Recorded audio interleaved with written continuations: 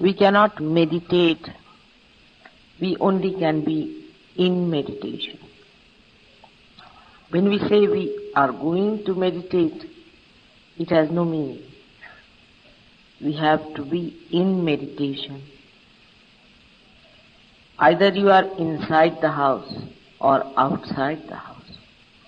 You cannot be inside the house and then say that now I am outside the house.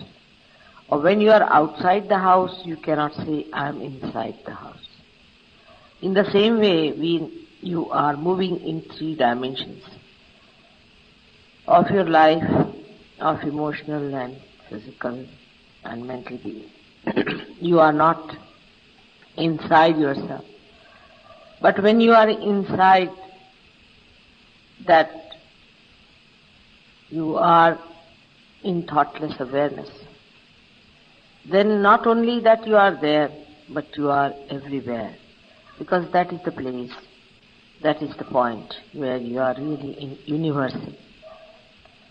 From there, you are in contact with the principle, with the Shakti, with the power that permeates into every particle that is matter, into every thought that is emotion, into every planning and thinking of the whole world. You permeate into all the elements that have created this beautiful earth. You permeate into earth. You permeate into Akasha, into Teja, into sound. But your movement is very slow. Then you say, I am meditating. That means you are moving in permeation with the universal being. But you are not moving yourself. You are just unloading yourself to be free from the weight of things that do not allow you to move. When you are in meditation, you must allow yourself to be in thoughtless awareness. There the unconscious itself, the Achetana itself, will take charge. You will start moving with the force of Achetana. The unconscious is going to work it out. It is going to take you there where it wants you to go. You keep to thoughtless awareness all the time. Try to keep to thoughtless awareness as much as you can. When you are in thoughtless awareness, you must know that you are in the kingdom of God. And His people, His arrangements, His consciousness is going to look after you. Even when you are giving vibrations to other people, I have noticed that you are not in thoughtless awareness. If you give vibrations in thoughtless awareness, you will not catch it. Because all these entities that enter into you, all these material problems that come into you, come when you are in those 3 dimensions.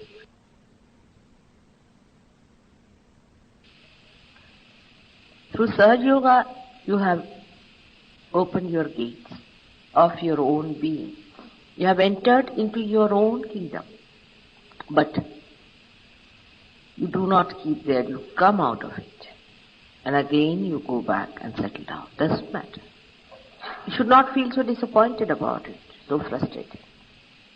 You know, people have worked for thousands of years and they could not separate themselves from themselves. Only you people, the Sahaja Yogis, whom are made after the pattern of Sri Ganesh himself, are so powerful that they can give awakening and realization to other people. Even if you are caught up, you have seen you have powers. Even if you feel that the vibrations are not coming, you know you have powers. You can give realizations to others. In your presence, people get realization.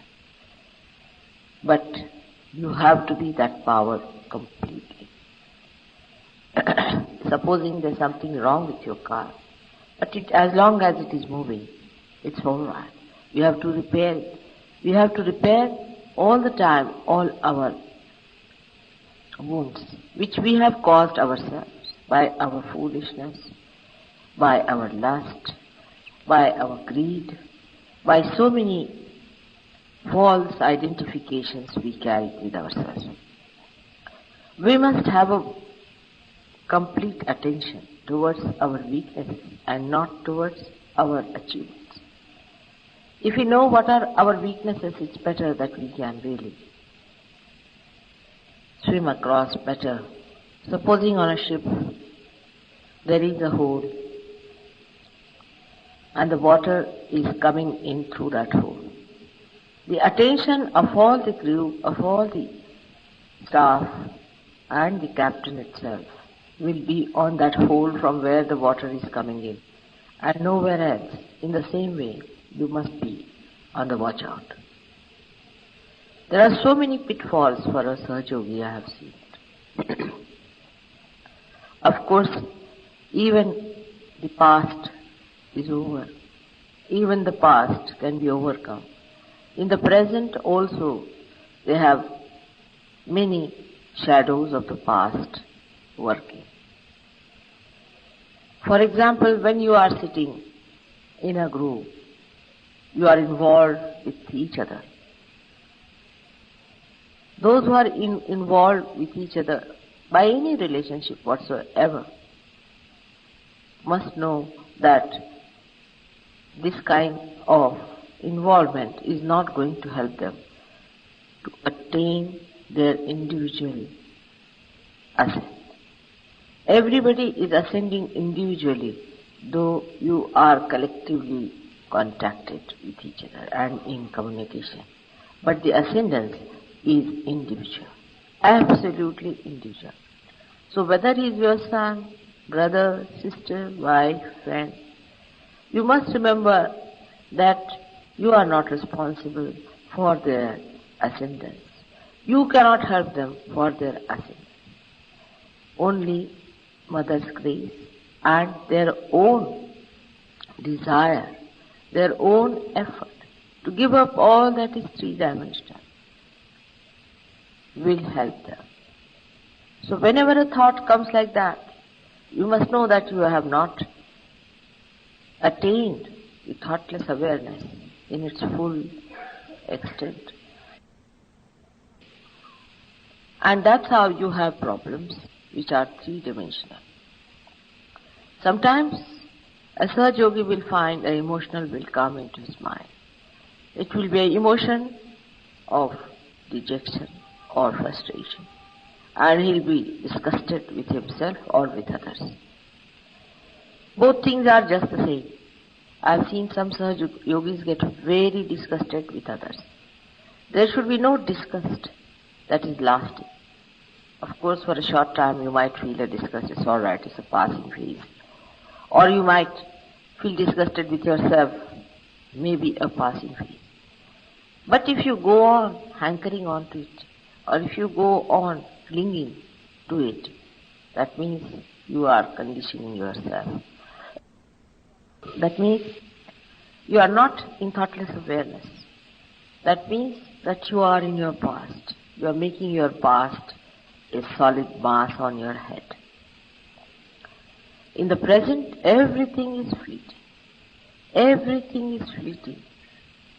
That is not eternal. In the present, the eternal stays. The rest all drops out.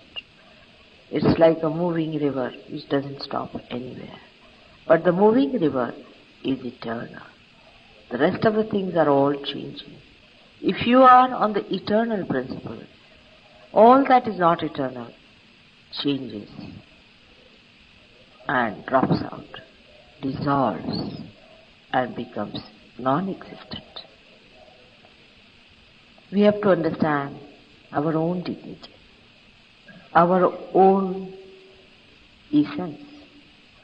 The first and foremost is that all the Sahajogis are the chosen ones.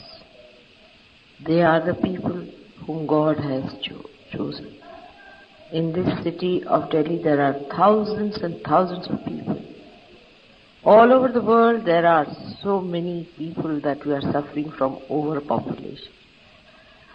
But in Sahaja Yoga